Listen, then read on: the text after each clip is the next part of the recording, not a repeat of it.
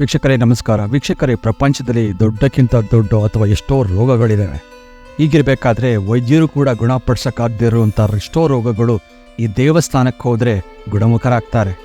ಅದರಲ್ಲೂ ಭಾರತದಲ್ಲಿ ಎಷ್ಟೋ ಜನಕ್ಕೆ ಆಗುವಂಥ ಪಾರ್ಶ್ವವಾಯು ಅಥವಾ ಏನು ಪ್ಯಾರಾಲಿಸಿಸ್ ಅಂತ ಕರಿತೀವಿ, ಆ ರೋಗಕ್ಕೆ ಇಲ್ಲಿ ಮದ್ದನ್ನು ಕೊಟ್ಟು ಸರಿ ಮಾಡ್ತಾರೆ.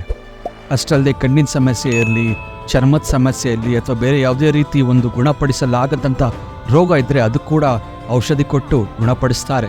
ನಿಮ್ಮಲ್ಲಿ ಅಥವಾ ನಿಮ್ಗೆ ಯಾರು ಗೊತ್ತಿರೋರು ಯಾರಿಗಾರು ಪಾರ್ಶ್ವವಾಯು ಆಗಿದ್ದರೆ, ಪ್ಯಾರಾಲಿಸಿಸ್ ಆಗಿದ್ದರೆ, ನೀವು ಬೇರೆ ಡಾಕ್ಟ್ರುಗಳು ಅಥವಾ ಎಷ್ಟೋ ಡಾಕ್ಟ್ರುಗಳನ್ನು ನೋಡಿ ಏನಾದರೂ ಅದಿನ್ನೂ ವಾಸಿಯಾಗಿಲ್ಲ ಅಂತಂದರೆ ಈ ದೇವಸ್ಥಾನಕ್ಕೆ ಹೋಗಿ ಒಂದ್ಸಲಿ ನೀವು ಪ್ರಯತ್ನ ಪಡ್ಬೋದು. ದೇವಸ್ಥಾನದ ವಿಳಾಸ, ಮೊಬೈಲ್ ನಂಬರ್ ಹಾಗೂ ಸಂಪೂರ್ಣ ಹೇಗೆ ಹೋಗಬೇಕು ಅನ್ನೋದನ್ನ ತಿಳಿಸ್ಕೊಡ್ತೀನಿ. ದಯವಿಟ್ಟು ವಿಡಿಯೋನ ಹಾಗೆ ನೋಡ್ತಾ ಇರಿ. ಈ ದೇವಸ್ಥಾನದ ಹೆಸರು ಬಂದು ಚತುರ್ಜಿ ಮಹಾರಾಜ್ ಬುತ್ತತ್ತಿ ಧಾಮ್ ಅಂತ. ರಾಜಸ್ಥಾನದ ಜೋಧ್ಪುರ್ನಿಂದ 146 ಕಿಲೋಮೀಟರ್ನಲ್ಲಿ ಈ ದೇವಸ್ಥಾನವಿದೆ.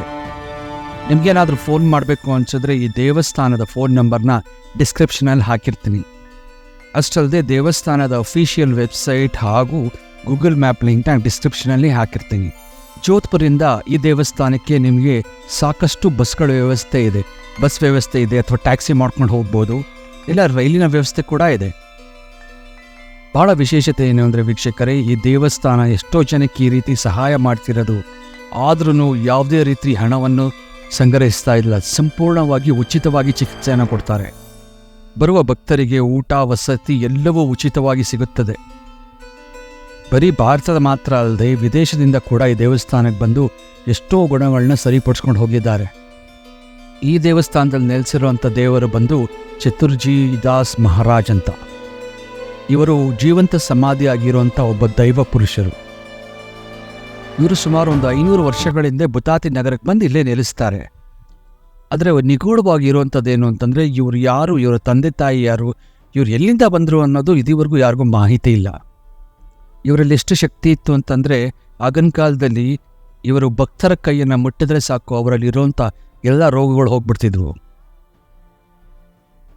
ಮಂತ್ರಾಲಯದಲ್ಲಿ ಹೇಗೆ ಗುರು ರಾಘವೇಂದ್ರ ಸ್ವಾಮಿ ಜೀವಂತ ಸಮಾಧಿಯಾದರೋ ಅದೇ ರೀತಿ 1570ನೇ ಇಸ್ವಿಯಲ್ಲಿ ಇವರು ಕೂಡ ಜೀವಂತ ಸಮಾಧಿಯನ್ನು ಹೊಂದುತ್ತಾರೆ. ಮುಖ್ಯವಾಗಿ ಪ್ಯಾರಾಲಿಸಿಸ್ ಸಮಸ್ಯೆ ಇರೋರು ಅಥವಾ ಚರ್ಮದ ಸಮಸ್ಯೆ ಇರೋರು ಈ ದೇವಸ್ಥಾನಕ್ಕೆ ಬಂದು 7 ದಿನ ಪರಿಕ್ರಮ ಸೇವೆ ಅನ್ನೋದನ್ನು ಮಾಡಬೇಕು. ಪರಿಕ್ರಮ ಅಥವಾ ಪರಿಕರಂ ಸೇವೆ ಅನ್ನೋದು ಏನು ಅಂತಂದರೆ, ಬೆಳಗ್ಗೆ 5 ಗಂಟೆಗೆ ಎದ್ದು ತಣ್ಣೀರು ಸ್ನಾನ ಮಾಡಿ ದೇವಸ್ಥಾನದ ಸುತ್ತ 108 ಪ್ರದಕ್ಷಿಣೆ ಹಾಕಬೇಕು. ಅದಾದ ಮೇಲೆ ದೇವರ ಮುಂದೆ 11 ದೀರ್ಘದಂಡ ನಮಸ್ಕಾರ ಹಾಕಬೇಕು. ಹಾಗೂ ಸಂಜೆ 21 ಪ್ರದಕ್ಷಿಣೆ ಹಾಕಿ ಮತ್ತೆ 11 ದೀರ್ಘದಂಡ ನಮಸ್ಕಾರ ಮಾಡಬೇಕು. ಹೀಗೆ ಮಾಡಿದ್ದಲ್ಲಿ 1 ದಿನದ ಒಂದು ಪರಿಕರಂ ಸೇವೆ ಪೂರ್ಣ ಆಗಿದ ಹಾಗೆ. ಇದೇ ರೀತಿ 7 ದಿನ ಪರಿಕರಂ ಸೇವೆ ಮಾಡಬೇಕು. 7 ದಿನ ಉಳ್ಕೊಳ್ಳೋ ಭಕ್ತರಿಗೆ ಉಚಿತ ಊಟ ಹಾಗೂ ವಸತಿ ವ್ಯವಸ್ಥೆ ಇರುತ್ತೆ. ಒಂದು ವೇಳೆ ಯಾರಿಗಾದರೂ ಈ ಸೇವೆ ಮಾಡೋಕ್ಕಾಗಲಿಲ್ಲ ಅಂತಂದರೆ, ತುಂಬ ಕಷ್ಟಕರವಾಗಿದ್ದರೆ ಅವ್ರ ಪರವಾಗಿ ಅವರ ಸಂಬಂಧಿಕರು ಅಥವಾ ಸ್ನೇಹಿತರು ಈ ಸೇವೆಯನ್ನು ಮಾಡಬಹುದು. ಅದಕ್ಕೆ ಈ ವಿಡಿಯೋದಲ್ಲಿ ನೀವು ಸುಮಾರು ಎಷ್ಟೋ ಜನ ವೀಲ್ ಚೇರ್ಗಳಲ್ಲಿ ಕೂತಿರೋದು ನೋಡ್ತಾ ಇದ್ದೀರಾ, ಅಥವಾ ನಡೆಯೋಕ್ಕಾಗದೆ ಸಪೋರ್ಟ್ ತೊಗೊಂಡು ಓಡಾಡ್ತಿರೋದು ನೋಡ್ತಾ ಇದ್ದೀರಾ. ಕಾರಣ ಯಾಕೆಂದರೆ ಈ ರೀತಿ ಸಮಸ್ಯೆ ಇದ್ದವರು, ಪ್ಯಾರಾಲಿಸಿಸ್ ಸಮಸ್ಯೆ ಇದ್ದವರು ಅಥವಾ ಚರ್ಮರೋಗ ಸಮಸ್ಯೆ ಇದ್ದವ್ರಿಗೆ 7 ದಿನದಲ್ಲಿ ಗುಣಮುಖ ಆಗುತ್ತೆ. ಗುಣಮುಖ ಆಗಿ 1 ವರ್ಷದೊಳಗೆ ದೇವಸ್ಥಾನಕ್ಕೆ ಬಂದು ಮತ್ತೆ 2 ದಿನ ತಂಗಿ ದೇವರ ಧ್ಯಾನ ಮಾಡಿ ದೇವರ ದರ್ಶನ ಮಾಡಿ ಹೋಗಬೇಕು. ವೀಕ್ಷಕರೇ, ನಿಮ್ಮಲ್ಲಿ ಯಾರು ಗೊತ್ತಿರೋರಿಗೆ ಅಥವಾ ಯಾರಿಗಾರು ನಿಮಗೆ